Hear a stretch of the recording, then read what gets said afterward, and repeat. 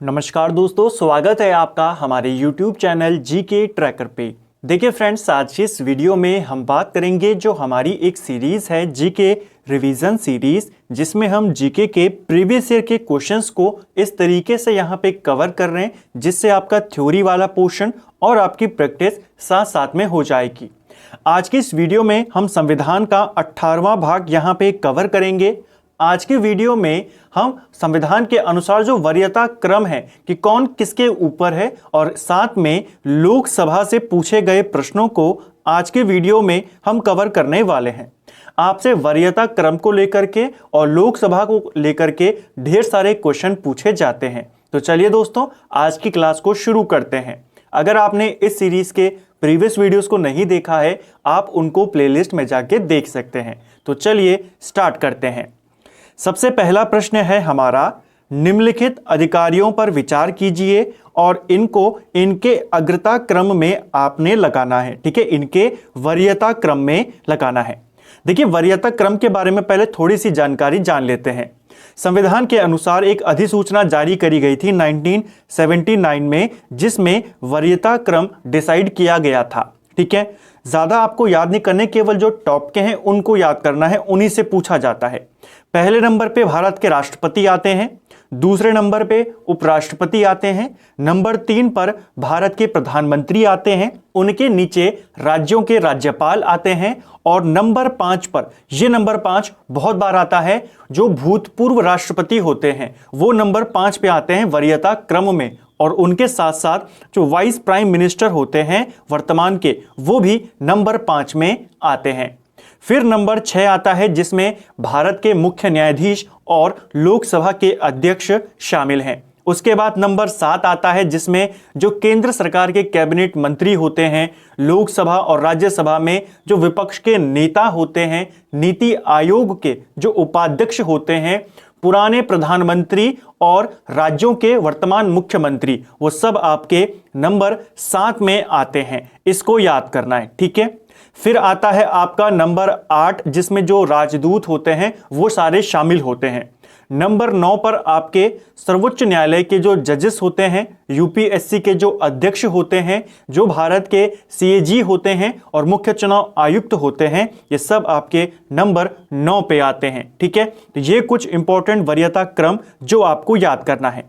उसके बाद आपका नंबर 10 आता है, जिसमें राज्यसभा के जो उपसभापति होते हैं वो इसमें शामिल हैं, लोकसभा के उपाध्यक्ष वो इसमें शामिल हैं, नीति आयोग के जो अदर सदस्य होते हैं वो इस क्रम में शामिल हैं। ठीक है, उसके बाद नंबर 11 आता है, जिसमें भारत के अटॉर्नी जनरल जो कैबिनेट सचिव होते हैं और साथ में जो यूनियन टेरिटरी के उपराज्यपाल होते हैं वो इसमें शामिल होते हैं। तो इन क्रम को आप एक बार जरूर लिखिएगा, आपको ये याद होने चाहिए। अब आते हैं प्रश्न पे कि इनमें इनका आपने क्रम लगाना है। तो सबसे पहले आते हैं भारत के मुख्य न्यायाधीश। ठीक है, नंबर 2 पर आते हैं जो मंत्रिमंडल होता है उसके सदस्य, फिर आते हैं आपके मुख्य चुनाव आयुक्त और फिर आते हैं मंत्रिमंडल सचिव। तो 4 3 2 1 इसका सही आंसर हो जाएगा।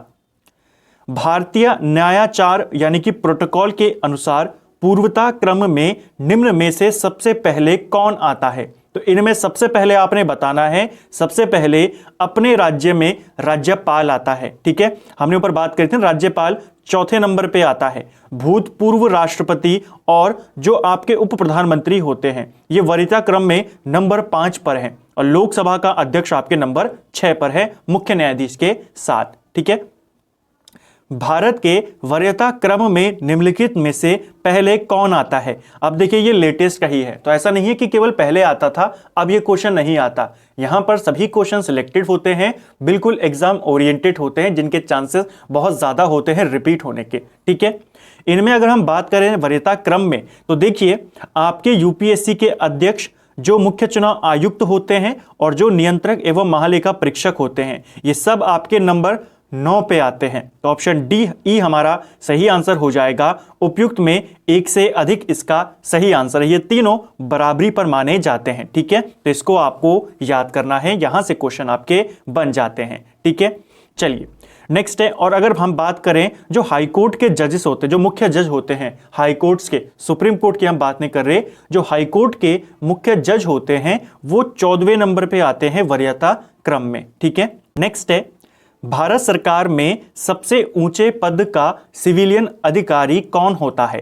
तो सबसे ऊंचे पद का जो सिविलियन अधिकारी होता है उसे हम मंत्रिमंडल सचिव या कैबिनेट सचिव कहते हैं। ठीक है, जो आईएएस बनते हैं, आईएएस की सबसे बड़ी पोस्ट होती है मंत्रिमंडल सचिव। ठीक है, इसको आपने याद करना है। भारत सरकार में सर्वोच्च शासकीय अधिकारी कौन है? तो सर्वोच्च शासकीय अधिकारी यानी सिविलियन अधिकारी की ही बात हो रही है। सही आंसर है, जो मंत्रिमंडल सचिव होते हैं वो सबसे ऊंचे सर्वोच्च शासकीय अधिकारी होते हैं। ठीक है, अब हम लोकसभा के बारे में बात करेंगे। लोकसभा के लिए चुनाव में निर्वाचित होने की किसी व्यक्ति के लिए न्यूनतम आयु कितनी है? तो कोई व्यक्ति जो लोकसभा के चुनाव में निर्वाचित होना चाहता है, चुनाव लड़ना चाहता है, उसकी न्यूनतम आयु 25 वर्ष होनी चाहिए। ऑप्शन सी सही उत्तर हो जाएगा। ठीक है, और राज्यसभा में कितनी होनी चाहिए? राज्यसभा में 30 वर्ष होनी चाहिए। संसद सदस्य बनने हेतु न्यूनतम उम्र क्या है? अब देखिए, यहां पर संसद दिया है, लोकसभा राज्यसभा ये नहीं दिया है, लेकिन दोनों संसद में आती हैं। सबसे कम उम्र आपको चाहिए 25। अगर आपकी 25 है तो आप लोकसभा में जा सकते हैं, यानी संसद का सदस्य बन सकते हैं। ठीक है, नेक्स्ट है, लोकसभा का सदस्य चुने जाने के लिए एक व्यक्ति को किस आयु से कम का नहीं होना चाहिए? तो एक ही प्रश्न किस तरीके से घुमाकर वो आपसे देता है, 25 वर्ष से कम नहीं होना चाहिए। लोकसभा के लिए निर्वाचन के बारे में निम्नलिखित में से कौन सा कथन सही नहीं है? तो इनमें आपको 4 स्टेटमेंट दिए हैं, चलिए इनको पढ़ते हैं कि कौन सा यहां पर आपका गलत है और कौन सा सही है। पहला है स्टेटमेंट, निर्वाचन वयस्क मत अधिकार के आधार पे होता है। तो ये बिल्कुल सही है, जितने भी व्यक्ति हैं जो 18 साल से ऊपर के हैं वो सब इसमें वोटिंग करते हैं निर्वाचन में। ठीक है, दूसरा, निर्वाचनों का संचालन निर्वाचन आयोग करता है, यह भी सही है। ठीक है, निर्वाचनों के लिए मतदाताओं की सूची को राष्ट्रपति के निर्देशन और नियंत्रण में तैयार किया जाता है। ये वाला स्टेटमेंट आपका गलत हो जाएगा। जो मतदाता सूची होती है उसे निर्वाचन आयोग के निर्देशन और नियंत्रण में उसे तैयार किया जाता है। ठीक है, राष्ट्रपति का लेना देना नहीं होता। तो ये वाला स्टेटमेंट यहां पे गलत है, हमारा सही उत्तर है। चौथा, निर्वाचन आयोग के अनुरोध पर राष्ट्रपति निर्वाचन आयोग को उसके कार्यों के निर्वहन के लिए आवश्यक कर्मचारी वृद्ध उपलब्ध कराते हैं। तो यह भी आपका सही है। ठीक है, लोकसभा के निर्वाचन के लिए नामांकन पत्र। अब यह क्वेश्चन काफी अच्छा क्वेश्चन है कि जो नामांकन पत्र होता है उसको दाखिल करने को लेकर 4 तथ्य यहां पर दिए हैं, आपने बताना है कौन सा वाला सही है। देखिए, भारत में निवास करने वाले किसी भी व्यक्ति द्वारा दाखिल किया जा सकता है क्या नामांकन पत्र? गलत, किसी भी व्यक्ति के द्वारा नहीं किया जा सकता, केवल उस व्यक्ति के द्वारा जिसका नाम भारत में पंजीकृत सूची में है, मतदाता सूची में शामिल है। ठीक है, जिस निर्वाचन क्षेत्र में निर्वाचन लड़ा जाना है वहां के किसी निवासी द्वारा दाखिल किया जा सकता है। जरूरी नहीं है कि आप जहां से चुनाव लड़ रहे हो वहीं की मतदाता सूची में आपका नाम होना चाहिए। पूरे भारत में कहीं की भी मतदाता सूची में आपका नाम होना चाहिए। भारत के किसी नागरिक द्वारा जिसका नाम निर्वाचन क्षेत्र की मतदाता सूची में है दाखिल किया जा सकता है। जिसका नाम किसी भी निर्वाचन क्षेत्र में है वो नामांकन पत्र दाखिल कर सकता है। ये स्टेटमेंट सही है। कोई भी व्यक्ति जिसका नाम भारत में कहीं भी मतदाता सूची में है वो कहीं से भी चुनाव लड़ सकता है। ठीक है, भारत के किसी भी नागरिक द्वारा दाखिल किया जा सकता है, तो ये तो नहीं होगा, ऊपर हम बात कर चुके हैं। Option C. लोकसभा में राज्यों को किस आधार पर सीटें आवंटित की गई हैं? तो किस आधार पर की गई हैं? जनसंख्या के आधार पर। ठीक है, ऑप्शन ए सही आंसर हो जाएगा। भारत के संविधान के अनुच्छेद 82 के अनुसार लोकसभा की सीटों का राज्यों के मध्य आवंटन किस जनगणना के आधार पर है?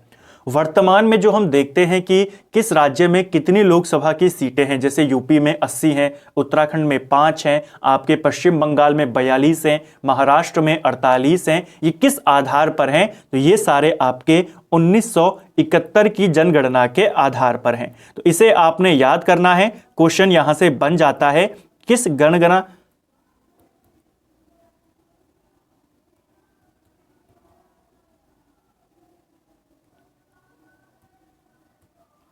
गणना के आधार पर है? 1971 की जनगणना के आधार पर है। ठीक है, नेक्स्ट है, और एक और चीज, ये जो 1971 की जनगणना पे आधारित है, पहले इसको डिसाइड किया गया था कि 2001 की जो जनगणना होगी फिर इसे उसके ऊपर बेस्ड ले आएंगे, लेकिन 2000 में एक और संशोधन किया गया, 84वां संविधान संशोधन 2001 में किया गया, जिसके तहत ये कहा गया कि 2026 तक 1971 ही बेस यहां पर रहेगा। ठीक है, ये भी बनता है। वर्तमान लोकसभा में प्रत्येक राज्य के लिए स्थानों का आवंटन आधारित है, तो किस पर आधारित है? हम कर चुके 1971 की जनगणना पे। लोकसभा में राज्यवार सीटों का आवंटन वर्ष 1971 की जनगणना पे आधारित है। यह निर्धारण किस वर्ष तक यथावत रहेगा? तो देखिए, अब इस क्वेश्चन को बड़े ध्यान से पढ़ना। यहां पर पूछा है कि ये जो निर्धारण किया गया है कि जो बेस ईयर होगा, जो जनगणना के अनुसार सीटों का बंटवारा होगा, वो 1971 के अनुसार होगा। ये कब तक रहेगा? हमने ऊपर बात करी 2026 तक रहेगा। प्रावधान ये किया गया है कि 2026 के बाद जो पहली जनगणना होगी उसके होने तक, और जब तक उसके आंकड़े सामने नहीं आते तब तक 71 वाली लागू रहेगी। तो कब तक रहेगा? 2031 की जनगणना तक रहेगा। ठीक है, क्योंकि 26 के बाद पहली जनगणना 31 में ही होगी। ठीक है, तो 26 तक इसने रहना है, लेकिन 26 के बाद जो पहली गणना होनी है उसके अनुसार इसको चेंज किया जाना है। ठीक है, इसका आंसर होगा 2031। ठीक है, जब आपकी 17वीं जनगणना यहां पर होगी। 84वें संविधान अधिनियम द्वारा, संशोधन अधिनियम द्वारा लोकसभा की कुल सदस्य सीटों की संख्या निर्धारण 1971 की जनगणना के आधार पर कर दिया गया। वे तब तक नहीं बदली जाएगी जब एक वर्ष के विशेष के बाद पहली जनगणना नहीं होगी। ये विशेष वर्ष कौन सा है? तो अभी हमने बात करी कि एक विशेष वर्ष के बाद जब पहली जनगणना होगी तब इसे बदला जाएगा। कौन सा है वो विशेष वर्ष? 2026। 2026 के बाद जो पहली जनगणना होगी यानी 2031 में, उसके बाद लोकसभा में सीटों का आवंटन जो 1971 पे आधारित है वो 2031 पे हो जाएगा। ठीक है, भारत के संविधान में निर्धारित की गई लोकसभा में सदस्यों की अधिकतम संख्या कितनी हो सकती है?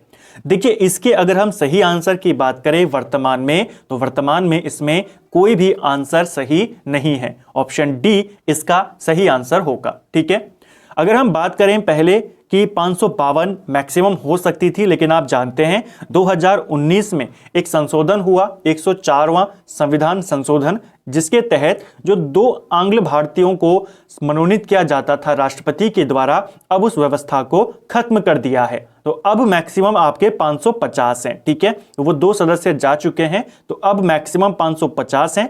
वर्तमान में जिसके लिए चुनाव होते हैं वो 545 है। ठीक है, इसको आपने याद करना है।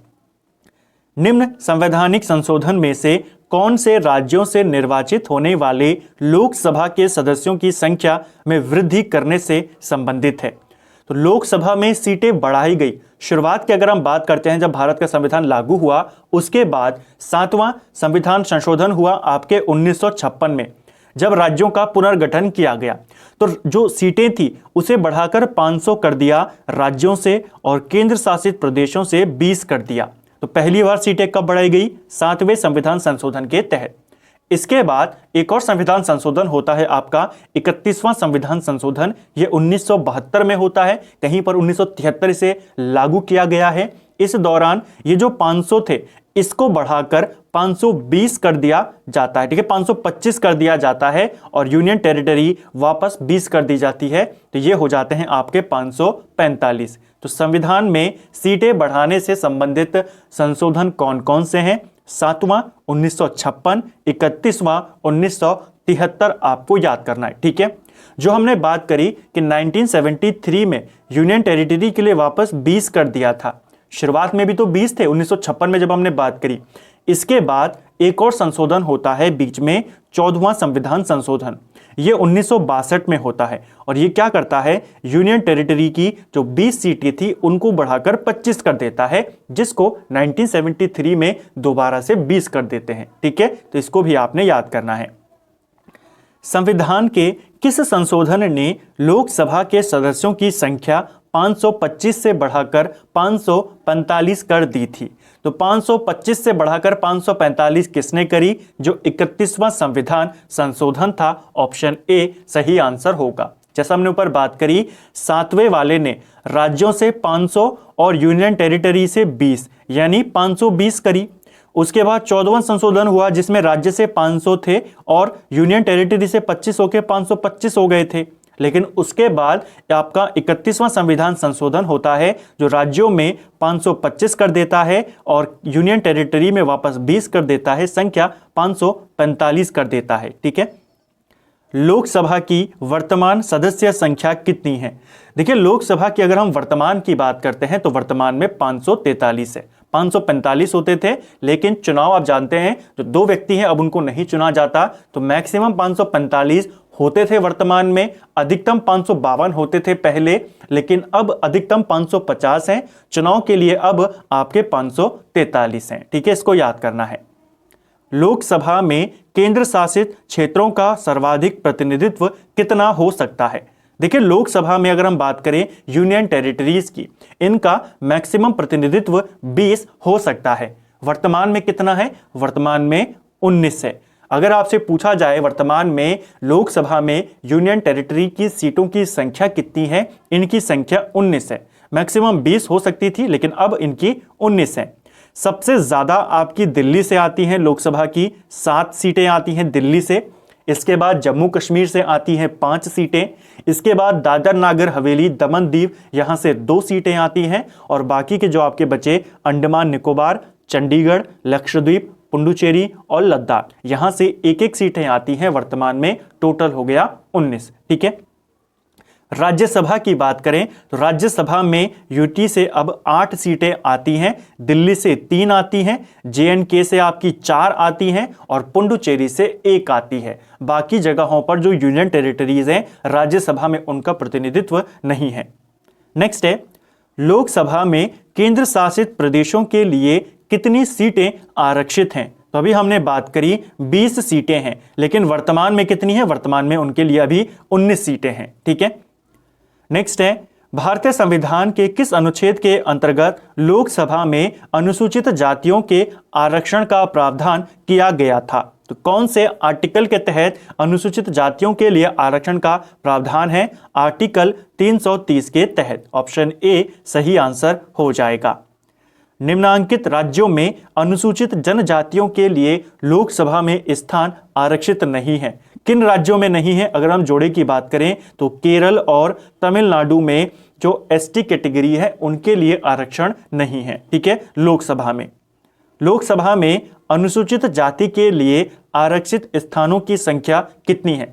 देखिए, लोकसभा में एससी और एसटी दोनों के लिए सीटें रिजर्व्ड हैं।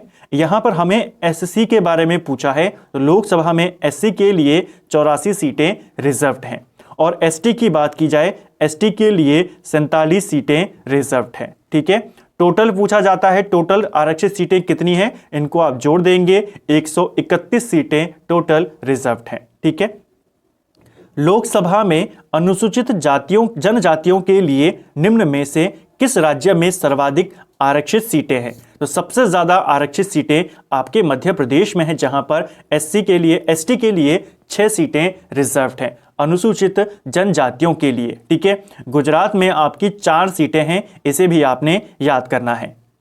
लोकसभा में आंग्ल भारतीय समुदाय से सदस्य मनोनीत करने की शक्ति किसके पास है? तो ये शक्ति है भारत के राष्ट्रपति के पास। बहुत ही सिंपल क्वेश्चन है, लेकिन अब ये नहीं आएगा कि जो ये आंग्ल भारतीय समुदाय से मनोनीत करते थे, इस व्यवस्था को कौन से संविधान संशोधन के तहत खत्म कर दिया गया?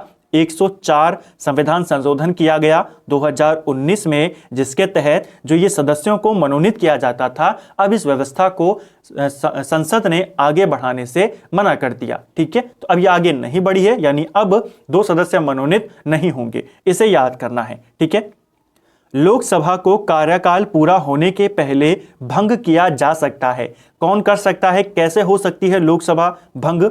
प्रधानमंत्री की सिफारिश पर राष्ट्रपति के द्वारा लोकसभा को भंग किया जा सकता है। ठीक है, निम्न कथनों पर विचार करना है। भारत का राष्ट्रपति ऐसे स्थान पर जिसे वह ठीक समझे संसद का सत्र आहन कर सकता है, आहूत कर सकता है। तो राष्ट्रपति जब चाहे जहां चाहे संसद का सत्र बुला सकता है। ये वाला स्टेटमेंट आपका सही है। दूसरा, भारत का संविधान एक वर्ष में संसद के 3 सत्रों का प्रावधान करता है, किंतु सभी 3 सत्रों का चलाया जाना अनिवार्य नहीं है। देखिए, हमारा संविधान कोई फिक्स नंबर नहीं देता कि आपने साल में कितने सत्र चलाने हैं। वो केवल एक लाइन देता है कि आपके जो एक सत्र की आखिरी बैठक होगी और दूसरे सत्र की जो पहली बैठक होगी उनमें 6 महीने का गैप नहीं होना चाहिए। इस आधार पर देखें तो संविधान 2 सत्रों की व्यवस्था करता है। ये कम से कम 2 होने चाहिए। 3 का उल्लेख नहीं है, 2 का भी उल्लेख नहीं है, लेकिन उसने अवधि बताई है 6 महीने का गैप नहीं होना चाहिए। तो इसको हम गलत कर देंगे, ये गलत है क्योंकि वहां पे 3 सत्रों के बारे में नहीं बताया है। ठीक है, केवल अवधि बताई है और अवधि के अनुसार अगर हम देखें तो 2 सत्र वहां पर आपके निकलते हैं। ठीक है। तीसरा है, एक वर्ष में दिनों की कोई न्यूनतम संख्या निर्धारित नहीं जब संसद का चलना आवश्यक हो। केवल गैप के बारे में बताया है कि 6 महीने का अंतर नहीं होना चाहिए पहली बैठक और आखिरी बैठक के उसमें। ठीक है, कि एक सत्र की आखिरी बैठक और दूसरे सत्र की पहली बैठक में अंतराल नहीं बताया है कि कम से कम इतने दिन संसद चलनी चाहिए। आप एक एक दिन का सत्र बुलाएं, इस दिन आखिरी बैठक, इस दिन पहली बैठक, गैप हो गया। कोई जरूरत नहीं है कि आपको सदन पूरा चलाना है। तो इस बारे में भी जानकारी संविधान में नहीं है। तो इसे भी आपको याद करना है। पहला वाला और तीसरा वाला आपका सही स्टेटमेंट है। लोकसभा की बैठक समाप्त की जा सकती है।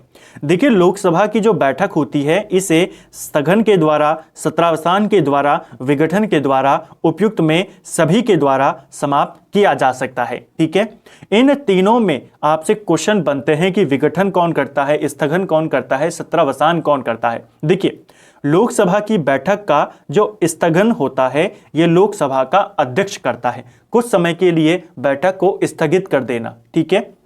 सत्रावसान की बात करें, जो पूरा का पूरा सत्र था, ठीक है, उसे ही टाल देना, उसे ही पूरा का पूरा पीछे कर देना या खत्म कर देना सत्र को वहीं पर, ये काम होता है सत्रावसान में। और ये काम राष्ट्रपति करता है, लोकसभा का अध्यक्ष नहीं करता। क्योंकि हम पढ़ते हैं सत्र को बुलाना, सत्र को खत्म करना, ये काम किसके हैं? राष्ट्रपति के हैं, उनके पास ये शक्ति है। ठीक है। विघटन यानी कि लोकसभा को ही भंग कर देना, तो ये भी कौन करेगा? राष्ट्रपति करेगा। ये तीनों आपको याद करने हैं। केवल स्थगन लोकसभा अध्यक्ष करता है, बैठक को कुछ समय के लिए, अब 1 घंटे के लिए भी टाल सकता है, 1 दिन के लिए टाल सकता है, इस तरीके से। लेकिन स्थगन कौन करेगा? लोकसभा का अध्यक्ष। अगर सत्रावसान करना हो, सत्र ही समाप्त करना हो तो राष्ट्रपति, और लोकसभा ही खत्म करनी हो तो विघटन से कौन करेगा? राष्ट्रपति। निम्न में से कौन लोकसभा के सत्र का अवसान करने के लिए प्राधिकृत है? तो अवसान यानी कि सत्रावसान की बात हो रही है, सत्र ही खत्म करना, तो कौन है? राष्ट्रपति। लोकसभा का अध्यक्ष आपने टिक नहीं करना है। लोकसभा का कार्यकाल और इसके पीछे आपको दिए हैं 4 स्टेटमेंट। देखिए, किसी भी परिस्थिति में नहीं बढ़ाया जा सकता, तो ये गलत है। बढ़ा सकते हैं बिल्कुल। एक बार में 6 महीने तक के लिए बढ़ाया जा सकता है, 6 महीने नहीं, एक बार में 1 वर्ष तक के लिए लोकसभा का कार्यकाल बढ़ाया जा सकता है। कब? आपातकाल की घोषणा के दौरान। तो ऑप्शन सी सही आंसर हो जाएगा। इसको भी आपने याद करना है। 2 बार, एक बार में 2 वर्ष तक नहीं, 1 वर्ष तक ही बढ़ाते हैं। अगर देश में इमरजेंसी मान लीजिए लगी है तो आप संसद का सत्र या लोकसभा का जो कार्यकाल है उसे 1 वर्ष तक के लिए बढ़ा सकते हैं। मान लीजिए संसद ने सत्र को आगे बढ़ा दिया, लोकसभा का कार्यकाल बढ़ा दिया, ठीक है, 12 महीने के लिए आगे बढ़ा दिया। 1 महीने के बाद ही जो आपातकाल था वो हट गया। अब ऐसा नहीं है कि जो ये 11 महीने बचे हुए हैं इस दौरान पूरी लोकसभा का कार्यकाल चलेगा। जैसे ही आपातकाल घटेगा उसके 6 महीने के अंदर अंदर आपको किसी भी हालत में लोकसभा का कार्यकाल इससे ज्यादा नहीं रह सकता, चुनाव होने चाहिए। तो इसको आपने याद करना है। आपातकाल के हटते ही 6 महीने से ज्यादा तक वो नहीं रह सकती। ठीक है। लोकसभा के कम से कम कितने सत्र बुलाए जाते हैं? तो देखिए, लोकसभा के अगर हम कम से कम की बात करें, जिससे कम आप बुला ही नहीं सकते, वो हैं 2 बार। ठीक है, कम से कम आपको हर साल 2 सत्र बुलाने होंगे, इससे कम आप नहीं बुला सकते। वर्तमान में भारत में आपके लोकसभा के 3 सत्र चलते हैं। एक आपका बजट सत्र होता है, एक आपका मानसून सत्र होता है और एक शीतकालीन सत्र होता है। कई बार नाम पूछ लिए जाते हैं, ग्रीष्मकालीन सत्र नहीं होता, उसका नाम नहीं है। बजट सत्र फरवरी से मई के मध्य में चलता है, मानसून सत्र जुलाई सितंबर में बुलाया जाता है और शीतकालीन सत्र आपके नवंबर दिसंबर में बुलाया जाता है। नेक्स्ट है, लोकसभा का कोरम कुल सदस्य संख्या का कितना होता है? कोरम यानी कि गणपूर्ति करना, अगर लोकसभा की कोई बैठक करनी है, कम से कम कितने सदस्य उपस्थित होने चाहिए कि वो एक ऑफिशियल बैठक मानी जाए? तो ये होता है 1/10। ठीक है, कम से कम 1/10 सदस्य वहां पर होने चाहिए तो ही लोकसभा का कोरम पूरा होता है और मीटिंग शुरू होती है। ठीक है, लोकसभा और राज्यसभा में गणपूर्ति संख्या कितनी है? तो गणपूर्ति संख्या है 1/10 दोनों जगह पे। नेक्स्ट है, कौन सा राज्य सबसे अधिक प्रतिनिधि लोकसभा में भेजता है? सबसे ज्यादा प्रतिनिधि लोकसभा में उत्तर प्रदेश से आते हैं। कितने आते हैं? 80 आते हैं। ठीक है, फिर आता है दूसरे नंबर पे आपका महाराष्ट्र जो कि 48 भेजता है। फिर आता है आपका बंगाल जो कि 42 भेजता है। फिर आपका आता है बिहार जहां से 40 आते हैं। एमपी से 29 आते हैं। ठीक है, भारत के किस राज्य का लोकसभा और राज्यसभा में प्रतिनिधित्व सर्वाधिक है? तो किसका है? इजीली बता देंगे, यूपी का है। ऑप्शन ए सही आंसर है। कितनी सीटें हैं? 80। मध्य प्रदेश में हमने बात करी, आपकी 29 हैं। ठीक है, महाराष्ट्र में हमने बात करी, आपकी यहां पर 48 हैं। ठीक है, और अगर हम आंध्र प्रदेश की बात करते हैं तो यहां पे 25 सीटें आती हैं। इसको भी आपने याद करना है। ठीक है, उत्तर प्रदेश के बाद लोकसभा में सर्वाधिक स्थानों का आवंटन किया गया है। यूपी के बाद सबसे ज्यादा सीटें महाराष्ट्र के पास हैं, 48 सीटें। इसे आपने याद करना है। ठीक है, क्वेश्चन बनता है, लोकसभा के कितने स्थान राजस्थान के लिए निर्धारित किए गए हैं? तो राजस्थान में आपकी लोकसभा की 25 सीटें निर्धारित की गई हैं। ठीक है, ऑप्शन सी सही आंसर होगा। निम्नलिखित राज्यों संघ शासित क्षेत्र के समूह में किसकी लोकसभा में केवल 1 सीट है? तो कहां पर केवल 1 सीट है लोकसभा में अगर हम बात करते हैं? देखिए, सही आंसर होगा चंडीगढ़, सिक्किम और मिजोरम। चंडीगढ़ आपका केंद्र शासित प्रदेश, ये दोनों आपके राज्य और इनमें केवल 1-1 सीटें यहां पर हैं। ठीक है, ऑप्शन डी सही उत्तर होगा। निम्नलिखित में से किस राज्य से लोकसभा के 2 सदस्य निर्वाचित किए जाते हैं? तो 2 आते हैं आपके त्रिपुरा से। ऑप्शन ए सही होगा। निम्नलिखित में से कौन सा एक लोकसभा का सर्वाधिक बड़ा निर्वाचन क्षेत्र है क्षेत्रफल के अनुसार? सबसे बड़ा निर्वाचन क्षेत्र आपका लद्दाख है। नंबर 2 पे आपका बाड़मेर आता है। नंबर 3 पर आपका कच्छ आता है। सबसे छोटी की बात करें, सबसे छोटा आपका चांदनी चौक आता है। ठीक है, लोकसभा का चुनाव का कोई प्रत्याशी अपनी जमानत खो देता है यदि उसे प्राप्त ना हो सके। देखिए, अगर लोकसभा के चुनाव में कोई व्यक्ति लड़ता है और उसे अगर जो पूरे चुनाव है वहां पर जितने भी मतदाता हैं, जो वैध मत वहां पर पड़े हैं, ठीक है, जो वैलिड वोट पड़े हैं, उसका अगर उसे 1/6 वोट नहीं मिलता है तो उसकी जो जमानत राशि है वो उसे वापस नहीं मिलती है, उसकी जमानत जब्त हो जाती है। कितना होता है? 1/6। यहां पर कहीं है नहीं तो ऑप्शन डी सही उत्तर हो जाएगा। जमानत राशि की अगर हम बात करें, हो सकता है क्वेश्चन बन जाए कि जब लोकसभा का चुनाव लड़ता है प्रत्याशी, कितने रुपए उसे जमानत राशि के तौर पे जमा करने होते हैं? लोकसभा के चुनाव के लिए आपको 25,000 रुपए की जमानत राशि देनी होती है। ठीक है, ये होती है सामान्य वर्ग के लिए। जो अनुसूचित जाति और जनजाति के वर्ग के होते हैं उनको इसका आधा देना होता है, 12,500 रुपए जमानत राशि। विधानसभा के चुनाव की बात करें तो विधानसभा में सामान्य वर्ग के लिए 10,000 रुपए की राशि है और SC ST के लिए 5,000 रुपए की राशि है। ठीक है, लोकसभा का पहला चुनाव कब हुआ था? बहुत ही इंपॉर्टेंट क्वेश्चन, बहुत बार आता है। पहले चुनाव को लेकर आता है, पहली बैठक को लेकर आता है। लोकसभा का पहला चुनाव आपके 1952 में हुआ था। ऑप्शन बी हमारा सही आंसर हो जाएगा। ठीक है, अक्टूबर 1951 से लेकर के आपके फरवरी 1952 तक पहले लोकसभा के चुनाव लड़े गए। यहाँ पर चले वो इतनी लंबी अवधि में। टोटल 489 सीटों के लिए ये चुनाव हुए थे। लोकसभा की जो पहली बैठक होती है, डेट सहित याद रखनी है, 13 मई 1952 को लोकसभा की पहली बैठक होती है। ये क्वेश्चन पेपर में बहुत बार आता है। कौन थे पहली लोकसभा के अध्यक्ष? जीवी मावलंकर। ठीक है। किस लोकसभा का कार्यकाल लगभग 6 वर्ष का था? याद करना काफी सिंपल है, पिछले साल ये उत्तराखंड में भी आया था। देखिए, हम जानते हैं लोकसभा का कार्यकाल कितने वर्षों का होता है?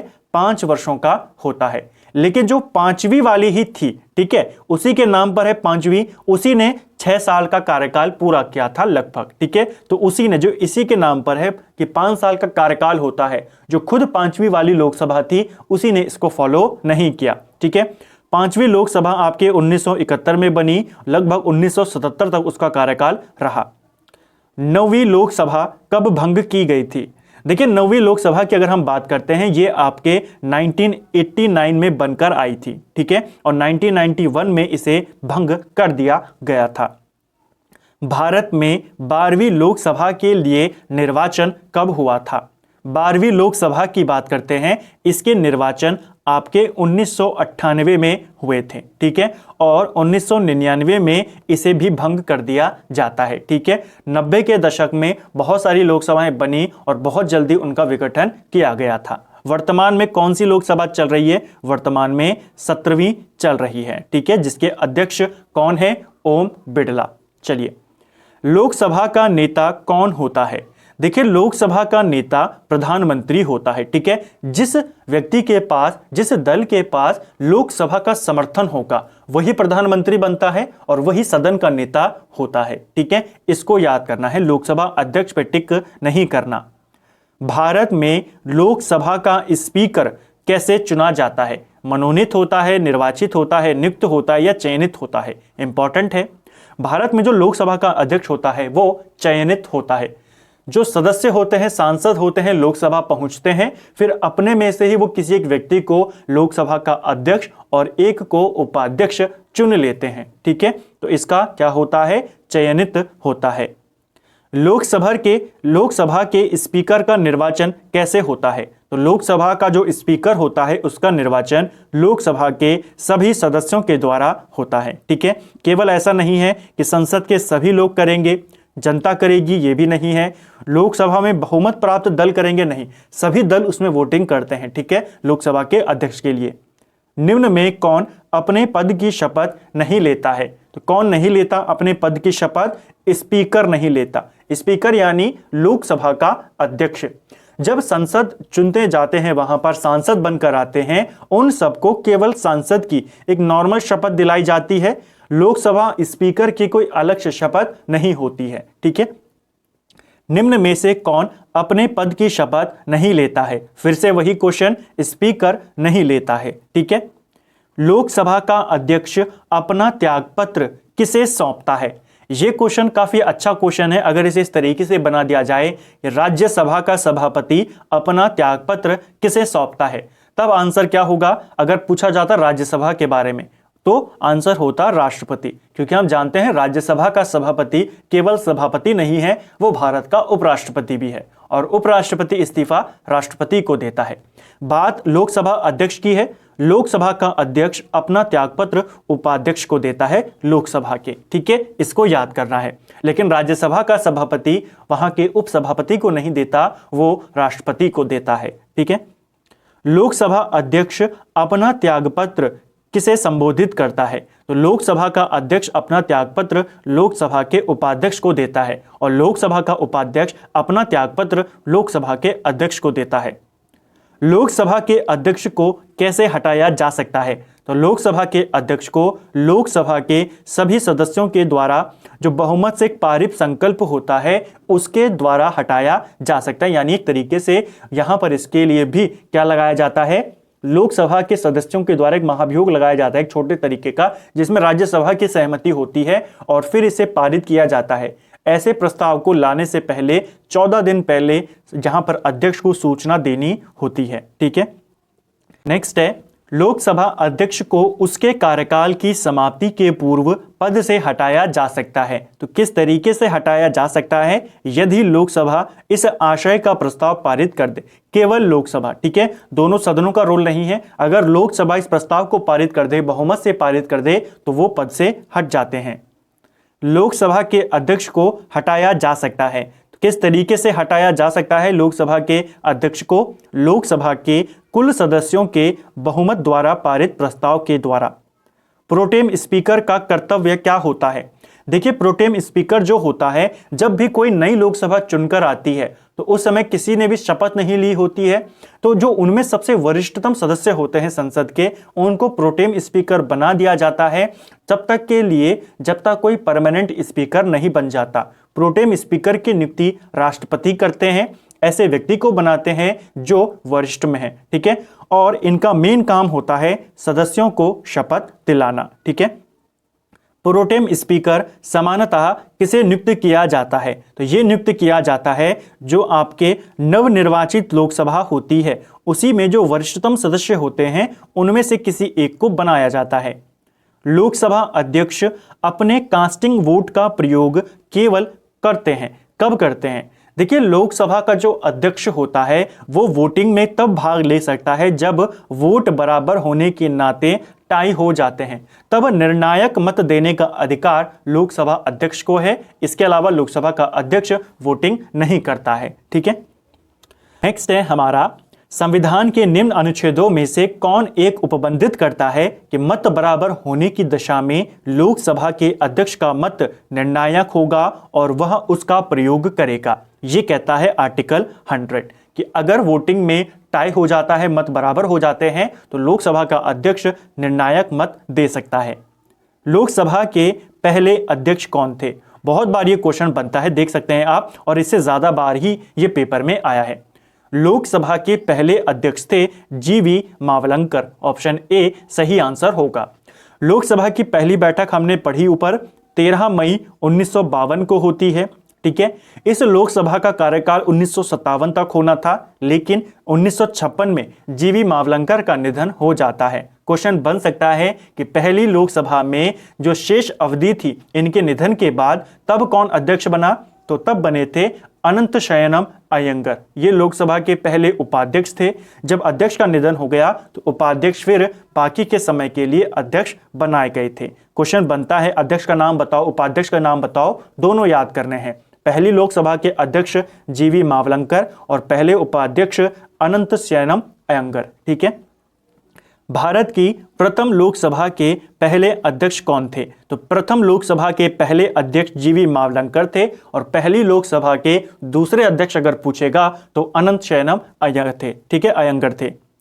प्रथम स्पीकर जिनके विरुद्ध लोकसभा में अविश्वास प्रस्ताव लाया गया था, तो पहले स्पीकर भी पहले स्पीकर थे जीवी मावलंकर, जिनके खिलाफ अविश्वास प्रस्ताव लाया गया था 1954 में, ठीक है, हालांकि पारित नहीं हुआ। नेक्स्ट है हमारा, यदि उपाध्यक्ष लोकसभा की अध्यक्षता कर रहे हों तो उन्हें एक अधिकार प्राप्त होता है। देखिए, अगर सदन के जो परमानेंट अध्यक्ष हैं लोकसभा के वो उपस्थित नहीं हैं या उनका पद खाली है तो लोकसभा का उपाध्यक्ष अध्यक्षता करता है, और जब वो अध्यक्षता करता है उसे अध्यक्षता जो अध्यक्ष की शक्तियां होती हैं वो भी प्राप्त होती हैं, जिसमें सबसे बड़ी पावर क्या है? मत बराबरी की अवस्था में मतदान करना, ठीक है। बाकी के समय में अगर हम बात करें तो लोकसभा का अध्यक्ष होता है, विचार विमर्श में वो भाग नहीं लेता, ठीक है, वो केवल संचालन करता है सदन का। इसके अलावा सदन के समक्ष किसी प्रस्ताव पर मतदान कर सकते हैं, ये भी गलत है, मतदान भी नहीं करता है अध्यक्ष। अध्यक्ष की अनुपस्थिति में संसद की संयुक्त बैठक की अध्यक्षता करने का अधिकार नहीं रखते, तो ये भी गलत है। उपाध्यक्ष को अधिकार है कि अगर अध्यक्ष नहीं है तो वो संयुक्त बैठक की अध्यक्षता कर सकता है, ठीक है। बाकी केवल आपका ये वाला सही है, बाकी तीनों स्टेटमेंट यहां पर गलत दिए हैं। निम्नलिखित में से कौन प्रथम जनजातीय लोकसभा अध्यक्ष थे? तो पहले जनजातीय लोकसभा अध्यक्ष थे पीए संगमा, ठीक है। पीए संगमा 1996 में लोकसभा के अध्यक्ष बने थे। लोकसभा का सचिवालय सीधे नियंत्रित होता है, किसके द्वारा नियंत्रित होता है? तो लोकसभा का सचिवालय डायरेक्ट लोकसभा के अध्यक्ष के द्वारा या उन्हीं के कंट्रोल में होता है। लोकसभा सचिवालय प्रत्यक्ष रूप से किसकी देखरेख में कार्य करता है? तो लोकसभा का सचिवालय लोकसभा के अध्यक्ष के रूप में या उनकी देखरेख में कार्य करता है। नेक्स्ट है, यहां पर ये थोड़ा सा आधा आया है लेकिन इसको कर लेते हैं क्योंकि क्वेश्चन पढ़ने में आ रहा है। इन पर विचार करना है कौन सा कथन यहां पर सही है। ठीक है, 3 स्टेटमेंट है। पहला है, पहली लोकसभा में विपक्ष में सबसे बड़ा राजनीतिक दल स्वतंत्र पार्टी था, तो ये वाला गलत है। जब पहली लोकसभा के चुनाव होते हैं 1952 में, हमने ऊपर देखा 489 सीटों पर होते हैं। 489 में से 364 सीटें कांग्रेस को मिलती है और सबसे बड़ा था। विपक्ष की बात हो रही है कि सबसे बड़ा राजनीतिक दल क्या स्वतंत्र पार्टी था, तो ये गलत है। विपक्ष में सबसे बड़ा दल जो था वो कम्युनिस्ट पार्टी ऑफ इंडिया थी, जिसको 16 सीटें मिली थी। ठीक है, तो पहला वाला आपका गलत है। दूसरा, लोकसभा में नेता प्रतिपक्ष को सर्वप्रथम 1969 में मान्यता दी गई। तो नेता प्रतिपक्ष यानी जो विपक्ष का नेता होता था, जिन्हें 1/10 सीटें मिली होती थी लोकसभा की, उसी दल का नेता विपक्ष का नेता बनाया जाता था और उसे कैबिनेट मंत्री के समान दर्जा दिया जाता था। कब से दिया गया और कब से ये मान्यता दी गई? 1969 की में यहां उसे ये दर्जा दिया गया। ये वाला स्टेटमेंट सही है। तीसरा स्टेटमेंट है, लोकसभा में यदि किसी दल के न्यूनतम 75 सदस्य ना हो तो उसे नेता प्रतिपक्ष का मौका नहीं मिलता। ये पूरा क्वेश्चन था। ठीक है, तो 75 सदस्य ऐसी कोई संख्या नहीं है, कुल सदस्यों का 1/10 होना चाहिए। अगर इतना है तो आप नेता विपक्ष बन सकते हैं। ठीक है, तो पहला और तीसरा यहां पर गलत है, केवल सेकंड वाला आपका सही है। तो फ्रेंड्स, ये था हमारी सीरीज है जीके रिवीजन सीरीज। आज हमने इसका 18वां भाग हमने यहाँ पे कवर किया, जिसमें हमने संविधान में जो वरीयता क्रम दिया गया है उसको देखा और लोकसभा से संबंधित सभी महत्वपूर्ण प्रश्नों को हमने यहाँ पे कवर किया। उम्मीद करता हूँ वीडियो आपको पसंद आया होगा। अगर आपको ये वीडियो पसंद आया है, वीडियो को लाइक करें। अगर आप चैनल पर पहली बार आए हैं, चैनल को सब्सक्राइब करें, अपने दोस्तों के साथ शेयर करें। वीडियो कैसा लगा कमेंट बॉक्स में हमें ज़रूर बताएं। Thank you friends.